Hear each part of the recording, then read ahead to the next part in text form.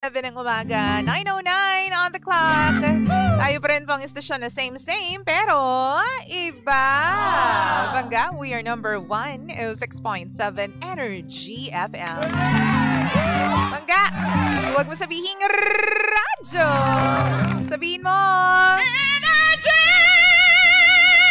Isa magandang morning, Metro and Mega Manila. Wow. Good morning, Luzon, Visayas, and Mindanao.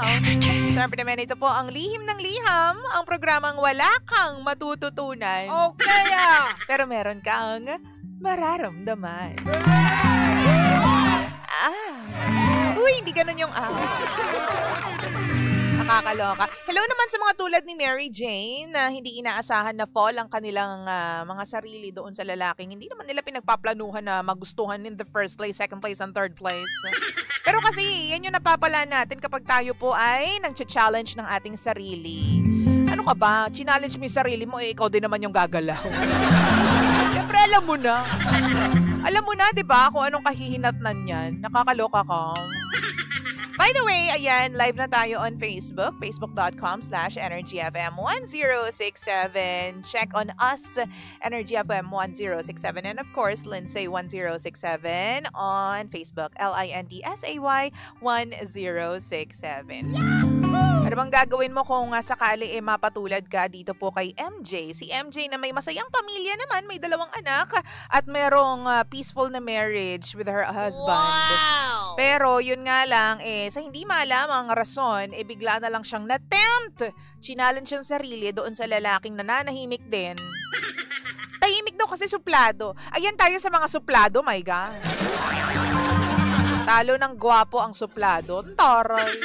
Narinig mo na ba yung kasabihan na yon? Talo ng suplado ang gwapo. Baliktad pa, di ba? May mga ganyan tayo. May mga tao talaga na, alam mo yan, na-attract sa mga suplado, sa mga mysterious type. Mapalalaki man yan o mapababae. Di ba, misteryosa, misteryoso. Wow! Yung mga taong hindi masyadong nagsasalita, yung mga taong nabibilang mo sa iyong mga daliri ang pagsasalita sa life. Minsan kung sino pa yung mga nagmamaganda tuloy, hindi pa na nagmamasungit o nagsusungit, sila pa yung hinahangaan ng iba. Wow! Oo. Ano bang masasabi mo sa ganito? Nabigla na lang daw na fall itong si Mary Jane kasi ayun nga, challenge na yung sarili niya, nakakaibiganin ko. Tapos, na-develop hanggang sa, voila, na-fall siya. At na-fall din yung lalaki sa kanya. Ang sabi niya, ano po bang gagawin ko? Mahal na mahal ko po mga anak ko at ayoko pong masaktan ng asawa ko. Oo, any advice naman daw? Napakadali lamang, Mary Jane. Tigilan mo. Tigilan mo yung sumasanib sa iyong kasamaan.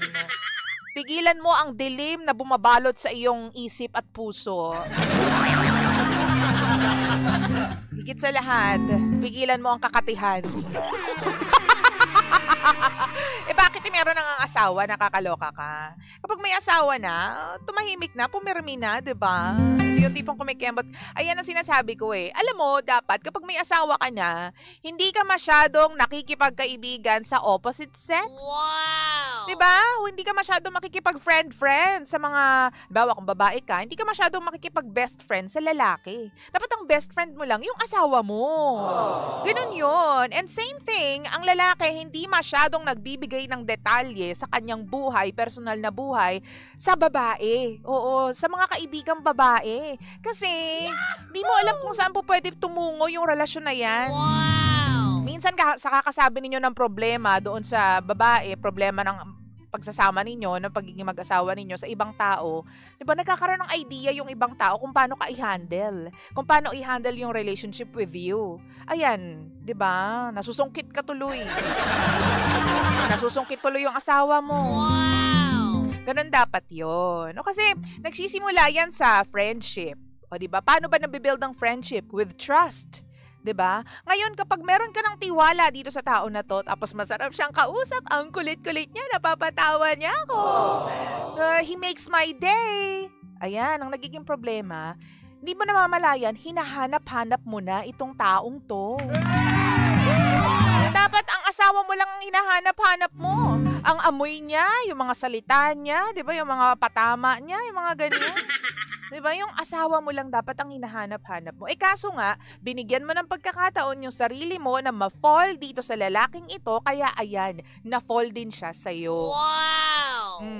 Ngayon, hihingin mo kami ng advice. Nakakaloka ka. Tigilan mo, yun lang yun. Yun lang yun, be. Tigilan mo pangga yung mga ginagawa mo, ha? Pumirmi ka. Pag may asawa ka, may asawa na. O, touch move na yan. Wala nang ibang dapat gawin. Ibalik mo yung sarili mo sa pamilya mo. Ibalik mo yung sarili mo sa asawa mo. Yahoo! Diba? Once again, kapag may asawa ka na, ulitin ko na naman, sorry, magulo ako, makulit ako. Pag may asawa ka na, dapat siya lang yung best friend mo. Kaya naiinis ako sa mga lalaking best friend ko yun yun, yung babaeng yun. Best friend ko yun eh. Di ba may asawa ka na? Hindi, best friend ko yun eh noon pa. Dapat ang best friend mo yung asawa mo. Ano? Pag may problema kayo, dyan kayo hingi ng tulong sa best friend mo, nag-asawa ka pa, sana siya yung pinakasalan mo? Sa opposite sex, di ba? Nakakaloka. Ayoko na mga ganyang setup eh. Ibalik mo yung sarili mo, Mary Jane, sa asawa mo at i-promise mo sa sarili mo na titigilan mo na yung mga kung ano mang temptation na kumakalabit sa'yo araw-araw. Wow! Kasi minsan alam mo, ang temptation nandyan lang yan. Actually, ang temptation laging nasa paligid natin. Nasa sa atin lang kung kakagatin natin. O talaga naman pong igagrab natin yung temptation. Titikman natin o papatulan natin yung temptasyon. 'Di ba? Tama, mali? Tama. Ang temptation, nandyan lang yan palagi. Minu-minuto kumakalabit sa atin. Minu-minuto nagpapakita. Minu-minuto kumikembot sa harap natin. Nasa sa atin lang kung papatulan natin. Wow! Once na pinatulan natin yung temptation, masisira ang mga matagal nating pinundar. Masisira yung mga matagal nating binuo with our husbands, with our wives. Kaya kung ako sa inyo, kahit gaano pa katibay ang temptation na yan, sabihin mo, hindi. Lagi mong isipin na mahal ko yung asawa ko, mahal na mahal ko yung pamilya ko. Diba? Minsan sina-challenge din kasi ang pagsasama. Kapag napaka-peaceful ng pagsasama, pag peaceful ang pamilya, laging may challenge. Laging may kakalabit na, sige nga, patulan mo nga yan. Sige nga, i-message mo nga yan. Sige nga, landiin mo nga yan. Landi! Nakaloka si ate. Sige nga, challenge mo nga yan, sarili mo. Wow! Kaya mo ba siyang kaibiganin? Kaya mo ba siyang ma-fall sa'yo?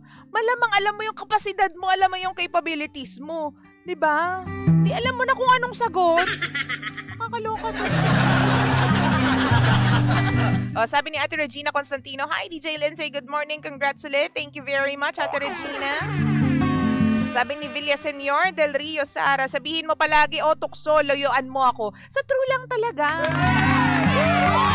Kung hindi lumalayo sa iyo ang tukso, ikaw ang lumayo sa tukso. Wow! Hindi masamang umiwas sa mga bagay na alam mong hindi nakakabuti para sa iyong katauhan. Kung alam mong hindi makakaganda yan para sa pamilya mo, sa pagsasama ninyong dalawang mag-asawa, iwasan mo yan. Ganun lang. Diba? Ang sarap mabuhay ng tahimik ang pagsasama ninyong pamilya. Kaya kung ako sa inyo, iwasan nyo yung mga temptations sa paligid. Pagdasal mo, bago ka umalis ng bahay ninyo, Lord, gabayan nyo po ako ngayong araw na to.